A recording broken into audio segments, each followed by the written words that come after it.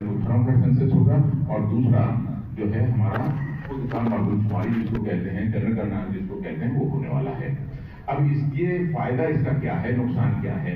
फायदा ये है कि जो गवर्नमेंट के ऑफिशियल्स हैं उनको पता चल जाएगा कि ये एरिया में कितने लोग रहते हैं, और फिर जब जनगणना होगी 2027 फरवरी के अंदर में, तब पता चलेगा कि कितने मुस्लिम हैं, कितने हिंदू हैं, कितने ओबीसी हैं, कितने ये कास्ट के हैं, कितने वो कास्ट के हैं, सारी चीजें इन्फॉर्मेशन मिल जाएगी। कितने नौजवान हैं, 0 से लेकर के 5 साल के बच्चे कितने हैं, 5 साल से लेकर के कितने हैं, ये तमाम इन्फॉर्मेशन मिलेगी। यहाँ से ये हाउस लिस्टिंग से ही पता चलेगा कि आपके पास कार है या नहीं है, आपके पास जीप है या नहीं है, आपके पास साइकिल है या नहीं है, आपके पास वो टू व्हीलर है या नहीं है। ये सारी इन्फॉर्मेशन वहां पे मिल रही है उनको। यहाँ से क्या होता है, कितने घर है, इससे ये पता चलता है हमको कि ये घर की मालूमात लेने के बाद में यहाँ पर आबादी किस हिसाब से बढ़ रही है। जैसे अगर पिछले 3 सेंसस का मामला लिया जाए तो 30% पिपरी चिंचवड़ की आबादी बढ़ती गई है। 33% है, 32% है और 30% है। इस तरीके से आबादी बढ़ी है। अब ये अगर देखते हैं तो 17 लाख की आबादी अब हो गई है 34। उस हिसाब से देखा जाए तो 34 लाख की आबादी हो रही है, लेकिन एक्चुअल देखा जाए तो 34 लाख से कहीं ज्यादा दिखाई दे रही है। कैलकुलेशन के हिसाब से इतनी है। तो अब ये 34 लाख की आबादी, हम ये देखते हैं कि पहले जो है बहुत खुला खुला मैदान दिखाई देता था, अब यह है कि कंक्रीट का जंगल बन गया है। इनको रहने के लिए पानी चाहिए, पानी की जरूरत पड़ेगी।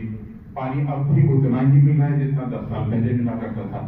तो अब जो है गवर्नमेंट के पास इंफॉर्मेशन आएगी कि ये सारी चीजें हैं, तो हमको पानी देना पड़ेगा इतने लोगों को, हमको सैनिटरी जो है इंफॉर्मेशन देनी पड़ेगी, हमको उसका इंतजाम करना पड़ेगा। जो वेस्ट वाटर है वो जो है कैसे जाएगा, कहाँ जाएगा, उसका क्या करना पड़ेगा, ये देखेंगे हम। दूसरी बात ये होती है कि आपके घरों के अंदर में जो जो चीजें अवेलेबल है, हम ये कहते हैं गवर्नमेंट को कि इन्होंने प्लानिंग बराबर नहीं की।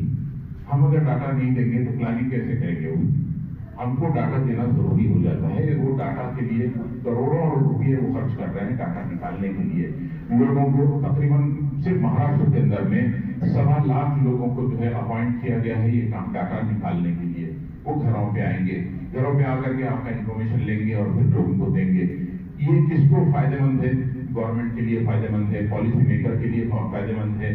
जो लोग वो जो इंटरेस्ट रखते हैं कि इसके अंदर में कुछ पीएचडी किया जाए, वो उन लोगों के लिए फायदेमंद है। कोई स्टैटिस्टिक्स वाले होते हैं उनको फायदेमंद होते हैं कि भाई कितने लोग हैं, कैसे लोग हैं। डाटा साइंटिस्ट जो हैं उनके लिए बहुत फायदेमंद है। ये जितनी भी चीजें हैं ये डाटा साइंटिस्ट और इन लोगों के लिए ये फायदेमंद होती है और इसकी वजह से हमको सहूलत मिलती है। मैं ये नहीं कह रहा हूँ कि एज अ मुस्लिम